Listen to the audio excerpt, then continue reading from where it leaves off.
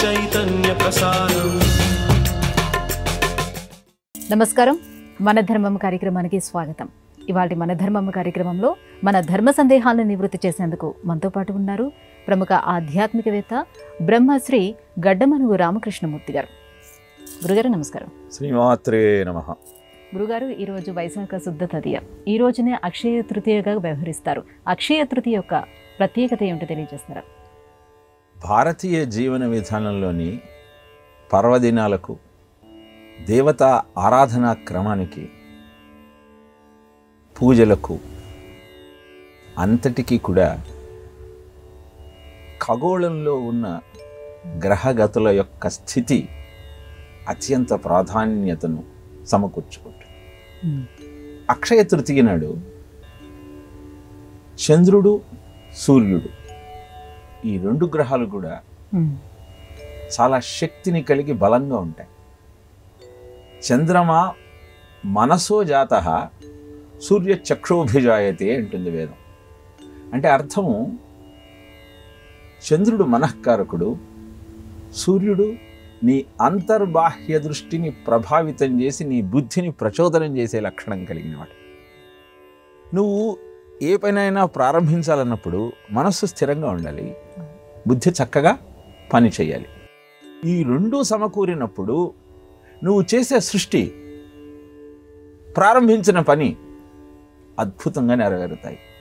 అందుకే బ్రహ్మదేవుడు వైశాఖ శుద్ధ పాడ్యమి నాడు ఉద్భవించి విదియ నాడు వేదాధ్యయనం చేసి అక్షయ తృతీయ రోజు సృష్టి రచన సంకల్పించి అక్షయ అన్నట్ట. అంటే నేను చేసే ఈ సృష్టి అక్షయమొగగాక అని దాని అర్థం. బ్రహ్మదేవుడు సృజనాత్మకతకు నిదర్శనం. అలానే నువ్వు ఏ పని ప్రారంభించాలన్నా, విద్యాభ్యాసం ప్రారంభిద్దాం అనుకుంటున్నావు, కొత్త సంస్థను ప్రారంభిద్దాం అనుకుంటున్నావు, కొత్త కార్యక్రమానికి శ్రీకారం చుడదాం అనుకుంటున్నావు, ఇవన్నీ కూడా అక్షయ తృతీయ నాడు చేస్తే యత్ దత్తం హుతం జప్తం అక్షయ ఫలముచ్యుతే అని అక్షయ తృతీయ గురించి చెప్తారు. ఈరోజు నువ్వు ఏ దానం చేసినా, ఏ యజ్ఞం చేసినా, ఏ జపం చేసినా దానివల్ల అద్భుతమైన ఫలితం నీకు సిద్ధిస్తుంది. అందుకే వ్యాసుడు భారత రచనను ప్రారంభించిన ముహూర్తం ఈరోజు. క్షీరసాగర మథనానికి దేవదానవులు సమాయత్తమైన రోజు ఈరోజు. పార్వతీదేవి అన్నపూర్ణగా అవతరించిన పర్వదినం అక్షయ తృతీయ. కుబేరుడికి సదాశివుడు నవనిధుల నాయకత్వాన్ని అందించిన రోజు ఈరోజు. పాండవులకు అక్షయ పాత్ర దొరికిన రోజు అక్షయ తృతీయ. అలానే తమ ఆయుధాలను తిరిగి సంపాదించుకొని యుద్ధానికి సన్నద్ధులైన ముహూర్తం కూడా అక్షయ తృతీయ. ఇలా క్షీరసాగర మథనం నీలో ఉన్న ఆసురీ దైవీ శక్తులకు ప్రతీకగా చెప్పుకుంటే, వాటిని సరి అయిన క్రమంలో అనుసంధానం చేస్తూ నీ జీవితాన్ని అమృతప్రాయంగా మార్చుకునేటువంటి అద్భుత ముహూర్తమే అక్షయ తృతీయ.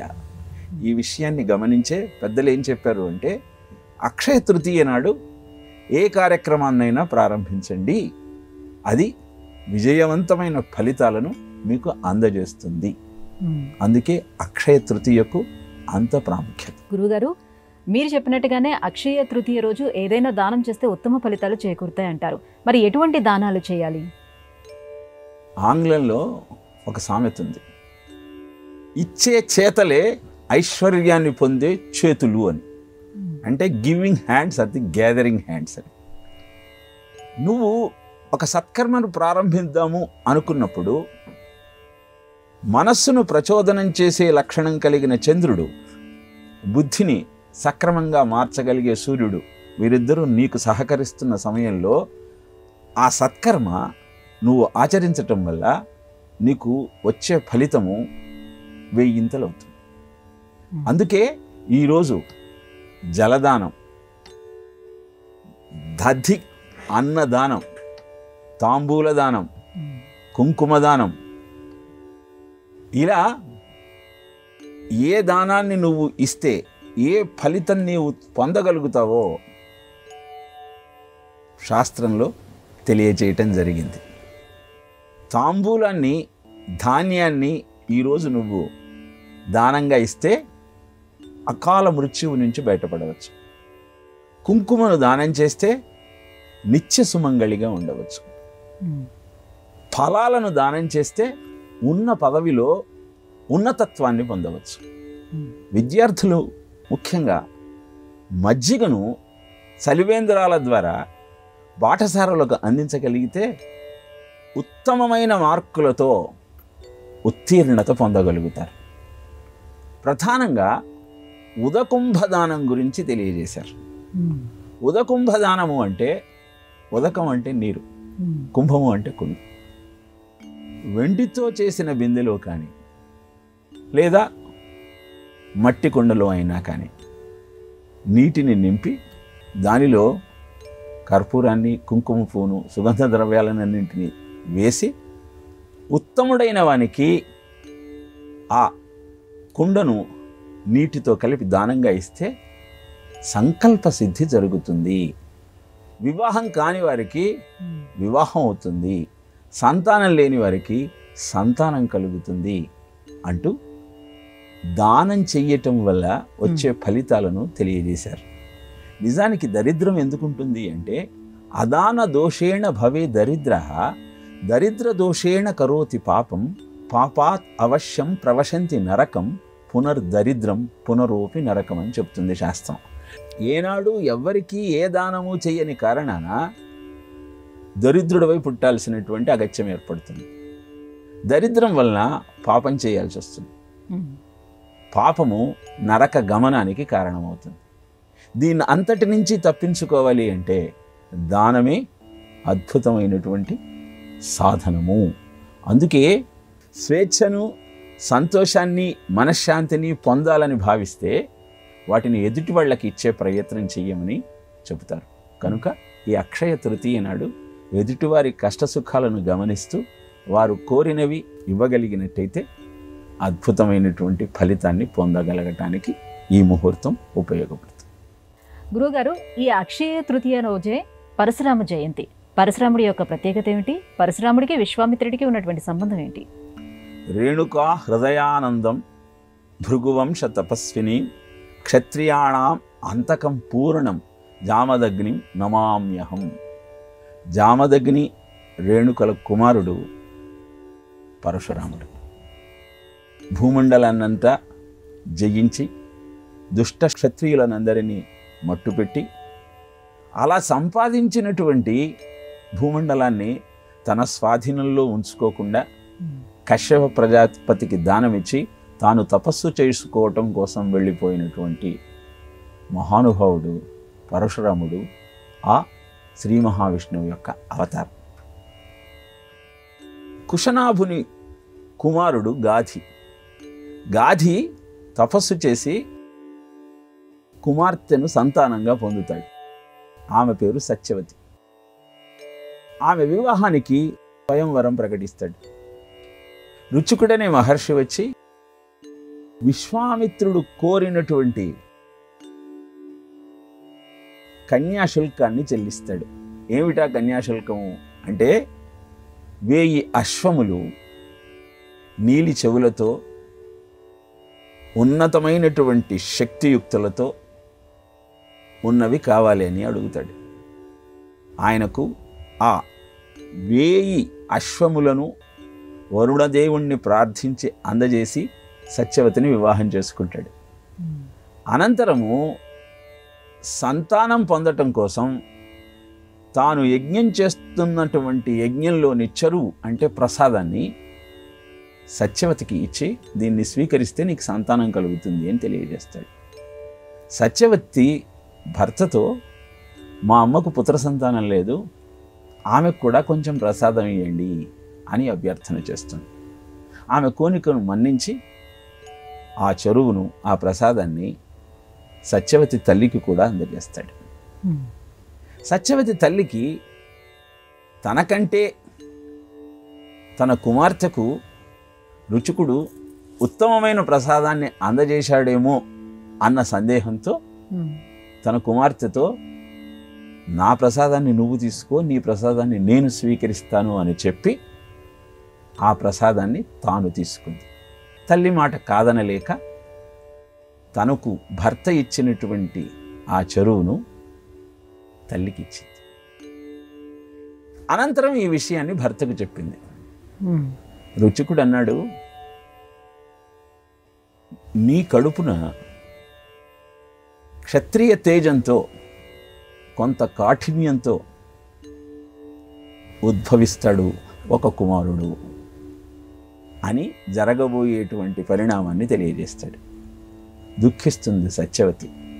నాకు బ్రాహ్మణ తేజంతో అద్భుతమైన శక్తియుక్తులతో సమాజాన్ని హితాన్ని కోరేవాడు కుమారుడుగా కావాలి, కనుక అలా జన్మించేవాడు నా మనవడుగా ఉండేటట్టు నన్ను ఆశీర్వదించండి మీ తపశ్శక్తితో అని అభ్యర్థన చేస్తుంది.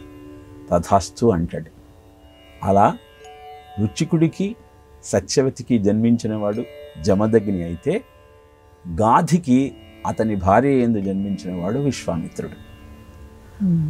రేణుకను అనంతరం జామదగ్ని వివాహం చేసుకోవటం వల్ల పరశురాముడు జన్మిస్తాడు. అదే పరశురాముడికి విశ్వామిత్రుడికి ఉన్న సంబంధం. గురుగారు, ఈ అక్షయ తృతీయ నాడే అన్నపూర్ణాదేవి ఆవిర్భవ దినోత్సవం. పార్వతీదేవి అన్నపూర్ణాదేవిగా ఆవిర్భవించడంలో ఆంతర్యం ఏమిటి? నిత్యానందకరీ వరాభయకరీ సౌందర్యరత్నాకరీ నిర్ధూతాఖిల దోష పావనకరీ ప్రత్యక్ష మాహేశ్వరీ ప్రాళేయాచల వంశ పావనకరీ కాశీపురాధీశ్వరీ భిక్షాందేహి కృపావలంబనకరీ మాతా అన్నపూర్ణేశ్వరీ. పార్వతీదేవి తపస్సు చేసి పరమశివుణ్ణి భర్తగా పొందుతుంది. అనంతరం కైలాసానికి వెళితే నిత్యము తపస్సులో ఉండేటువంటి శివుడు ఆయనను అనుసరిస్తూ జీవించే ప్రమథగణాలన్నీ కాయలు పళ్ళు ఆకులు తింటూ కాలాన్ని గడుపుతూ ఉంటారు. అది గమనించినటువంటి పార్వతి వీళ్ళందరికీ మృష్టాన్న భోజనాన్ని షడ్రసోపేతంగా పెడదాం అనుకుని వంట ప్రారంభిస్తుంది. అది గమనించినటువంటి ప్రమథగణాలన్నీ మేము కాయలు పళ్ళే తింటాం, మాకెందుకు ఈ ఆహారము అని ఆమెతో చెప్పటమే కాకుండా పోయి శివుడికి వెళ్ళి ఈ విషయాన్ని వివరించారు. శివుడు పార్వతి దగ్గరకు వెళ్ళి, మాకు కాయలు పళ్ళు ఆహారంగా ఉంటే చాలు, అనవసరంగా నువ్వు అవస్థపడకు అన్నాడు. ఆ మాట మీదే ఉంటారా అంటే అలాని అన్నాడు. అనంతరము ఆమె వండిన పదార్థాల యొక్క గుబాళింపు ఎప్పుడైతే ముక్కు పుటాలకు సోకిందో అందరికీ ఆకలి కావడం ప్రారంభించింది.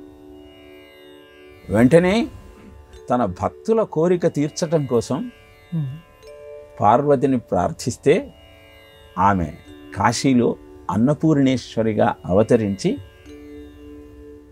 అద్భుతమైనటువంటి భోజనాన్ని వాళ్ళందరికీ పెట్టింది. అందుకే మాతాచ పార్వతీదేవి పితాదేవో మహేశ్వర బాంధవా శివభక్తాశ్చ స్వదేశో భువనత్రయం.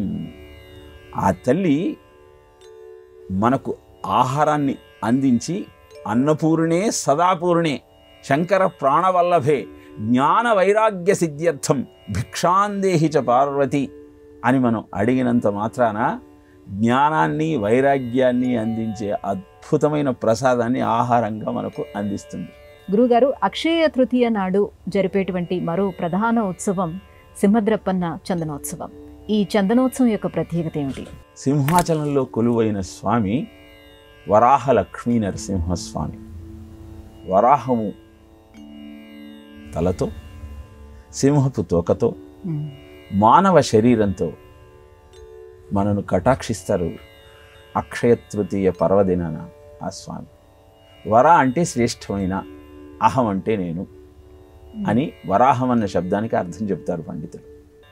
అంటే నీ శ్రేష్టత్వాన్ని నువ్వు గుర్తించటం కోసం ధర్మానికి చిహ్నమైన అమ్మవారి ఆ వాహనమైన సింహాన్ని నువ్వు అధిరోహించి మానవ ధర్మాలన్నిటినీ నిర్వర్తించగలిగితే నీ జీవితం అద్భుతంగా కొనసాగుతుందన్నటువంటి సత్యాన్ని ఈ వరాహ లక్ష్మీ నరసింహ స్వరూపం ద్వారా మనం తెలుసుకోవచ్చు. సంవత్సరం అంతా చందనంతో అలంకరింపబడి ఉన్న స్వామి అక్షయ తృతీయ నాడు నిజ రూప దర్శనంతో భక్తులను కటాక్షిస్తారు. చైత్ర బహుళ ఏకాదశి నాడు స్వామివారికి అర్పించే చందనం కోసం సన్నాహాలు ప్రారంభిస్తారు. 3 మణుగుల చందనాన్ని సిద్ధం చేస్తారు, అంటే దాదాపు 20 కిలోలు. ఇలా అద్భుతమైనటువంటి చందనంతో అక్షయ తృతీయ నాడు నిజరూప దర్శనము అయిన తరువాత తిరిగి ఆ స్వామిని అలంకరిస్తారు.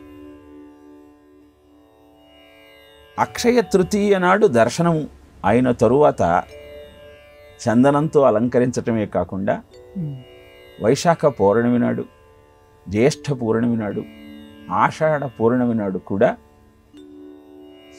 స్వామిని చందనంతో అలంకరిస్తూ అద్భుతమైన లింగాకారం అక్కడ ఏర్పడే విధంగా మనకు దర్శనం ఉంటుంది.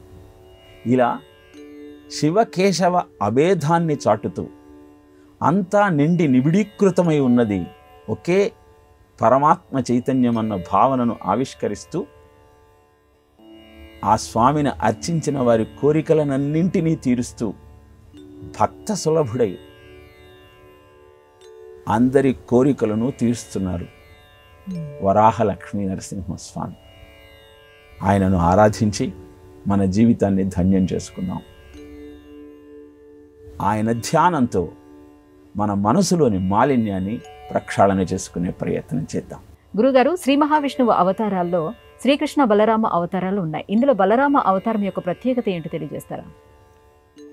పరమాత్మ యొక్క తెల్ల వెంట్రుక బలరాముడైతే నల్ల వెంట్రుక శ్రీకృష్ణుడు అని విష్ణు పురాణంలో చెప్తారు. అలా పరమాత్మ అంశలే ఈ 2 అవతారాలు. హరిపూజార్థము పుట్టుడు సురకన్యలు భూమి యందు సుందర తనులై, హరికగ్రజుడై శేషుడు హరికళ్ళతో పుట్టు తత్ప్రియారంభుండై అంటాడు భాగవతంలో. భూదేవి భూభారం పెరిగిపోవటంతో బ్రహ్మదేవుడి దగ్గరికి వెళ్ళి ప్రార్థన చేస్తుంది, నన్ను రక్షించమంటూ. ధ్యానం చేసి స్వామి కటాక్షాన్ని పొందిన బ్రహ్మదేవుడు భయపడాల్సిన పని లేదు, శ్రీకృష్ణుడే భూమండలం మీద జన్మించబోతున్నాడు. ఆయనకు అన్నగా ఆదిశేషుడు ఆయనకు ప్రీతి కలిగించటం కోసం జన్మిస్తాడు. అలా జన్మించిన వాడే దేవకి గర్భం నుంచి సంకర్షణం చేయబడి రోహిణి గర్భంలో ప్రవేశింపబడ్డాడు కనుక యోగమాయ యొక్క ప్రభావంతో సంకర్షణుడు అని పిలువబడ్డాడు. అద్భుతమైన బలంతో అందరినీ రక్షించే లక్షణం కలవాడు కనుక బలరాముడు బలభద్రుడు అని పిలువబడ్డాడు. ముఖ్యంగా బలరామ తత్వంలోని ఆంతర్యాన్ని మనం గ్రహించగలిగితే ఆయన ఎంత శాంతికాముకుడో ఎంత ప్రకృతి ప్రేమికుడో మనకు అర్థమవుతుంది. ఆయన ఆయుధాలు నాగలి, రోకలి. నాగలి భూమిని దున్ని ధాన్యాన్ని పండించడానికి ఉపయోగపడితే రోకలి ఆ ధాన్యాన్ని దంచి నీకు ఆహారాన్ని అందజేసే సాధనంగా ఉపకరిస్తుంది. ప్రకృతిని ప్రేమిస్తూ ప్రకృతితో కలిసి సహజీవనం చెయ్యమని చెప్పటమే బలరామ తత్వం యొక్క ఆంతర్యం. ఎంత బంధుప్రీతి బలరాముడిది అంటే, దుర్యోధనుడు కృష్ణుడి కొడుకైన సాంబుణ్ణి ఒకానొక సందర్భంలో చెరసాలలో బంధిస్తాడు. వెంటనే సైన్యమంతా దుర్యోధనుడి మీదికి యుద్ధానికి బయలుదేరుతుంది. బలరాముడు అంటాడు, దుర్యోధనుడు నా శిష్యుడు, మాటలతో అతని మనస్సు మారుస్తాను, బంధుహాని జరగటం క్షేమం కాదు అని చెప్పి స్వయంగా తానే హస్తినాపురానికి వెళ్ళి దుర్యోధనుడితో మాట్లాడతాడు. అహంకారంతో ఉన్న దుర్యోధనుడు బలరాముడి మాటలు పెడచెవిని పెడితే అప్పుడు తన బలాన్ని ప్రదర్శించి నాగలితో మొత్తం హస్తినాపురాన్ని యమునా నదిలోకి నెట్టేస్తాను అని సిద్ధమవుతాడు. ఇలా కేవలము శాంతి స్థాపనయే లక్ష్యంగా భావించేటువంటి బలరాముడికి కోపం వస్తే సృష్టి అంతా కదిలిపోతుంది. భారత యుద్ధంలో కూడా తాను ఏ పక్షాన ఉండకుండా తీర్థయాత్రలకు వెళ్ళిపోతాడు బలరాముడు. ఈ యుద్ధము జన నష్టానికి కారణమవుతుంది అన్న ఆలోచనతో.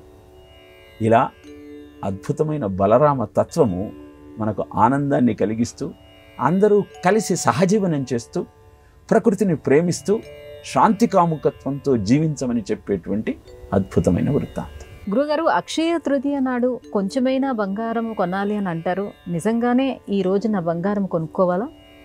అక్షయ తృతీయ నాడు బంగారం కొనుక్కోమని ఏ శాస్త్రములోనూ లేదమ్మా. ఇది స్వకపోల జనితములైన కొన్ని అలవాట్లు మాత్రమే. నిజానికి మీరు బంగారం కొనుక్కోవాలి అంటే అద్భుతమైన ముహూర్తము పుష్యమీ నక్షత్రయుక్తమైన గురువారం నాడు మీరు బంగారం కొనుక్కోగలిగితే అది మీకు చక్కటి ప్రయోజనాన్ని అందిస్తుంది. గురువు ధనకారకుడు. పుష్యమీ నక్షత్రంలో యోగిస్తాడు గురువు. అందుకే బంగారాన్ని పుష్యమీ నక్షత్రయుక్తమైన గురువారం నాడు కొనుక్కోవాలి, కానీ అక్షయ తృతీయ నాడు కాదు. మరి అక్షయ తృతీయ నాడు ఏం చెయ్యాలి అంటే బంగారాన్ని దానం చెయ్యాలి. ఎందుకంటే మీరు ఆ రోజు 1 గ్రాము బంగారాన్ని దానం చేస్తే 1000 గ్రాముల బంగారం దానం చేసిన ఫలితం మీకు దక్కుతుంది. కనుక ఏ పని చేసినా అక్షయ తృతీయ నాడు ఫలాన్ని అక్షయంగా ఇస్తుంది. కనుక ఆ రోజు దానం చేసే ప్రయత్నం చేయమని చెప్పింది, కానీ బంగారాన్ని కొనుక్కోమని ఎక్కడా చెప్పలేదు. కానీ బంగారాన్ని ఈరోజు కొనుక్కుంటే ఇంకా మనం ఎక్కువగా కొనుక్కోవచ్చు. ఎందుకంటే ఏ కార్యక్రమమైనా ఈరోజు ప్రారంభిస్తే అక్షయం అవుతుంది అన్నారు అన్న భావనతో ఆ పని చేయటానికి సమాయత్తమవుతున్నారు. గమనించాల్సింది ఏంటంటే ఇవ్వటం సత్కర్మ, దాన్ని మనం గమనించాలి. అందుకనే యత్ దత్తం హుతం జప్తం అన్నారు, కానీ కొనుక్కోమని చెప్పలేదు. కనుక అక్షయ తృతీయ నాడు మాత్రమే బంగారం కొనుక్కోవాలన్న ఆలోచన శాస్త్రీయమైనది కాదు. గురుగారు, ఇవాటి మన ధర్మం కార్యక్రమంలో మాకు వచ్చినటువంటి ఈ ధర్మ సందేహాలన్నీ కూడా నివృత్తి చేసినందుకు ధన్యవాదాలండి. కృష్ణార్పణ. ఇది ఇవాటి మన ధర్మం కార్యక్రమం. రేపు మన ధర్మం కార్యక్రమంలో మళ్ళీ కలుసుకుందాం. నమస్కారం. ఈ కార్యక్రమాన్ని తిరిగి చూడాలనుకుంటే www.youtube.com/@ETV Life Spiritual లో చూడవచ్చు.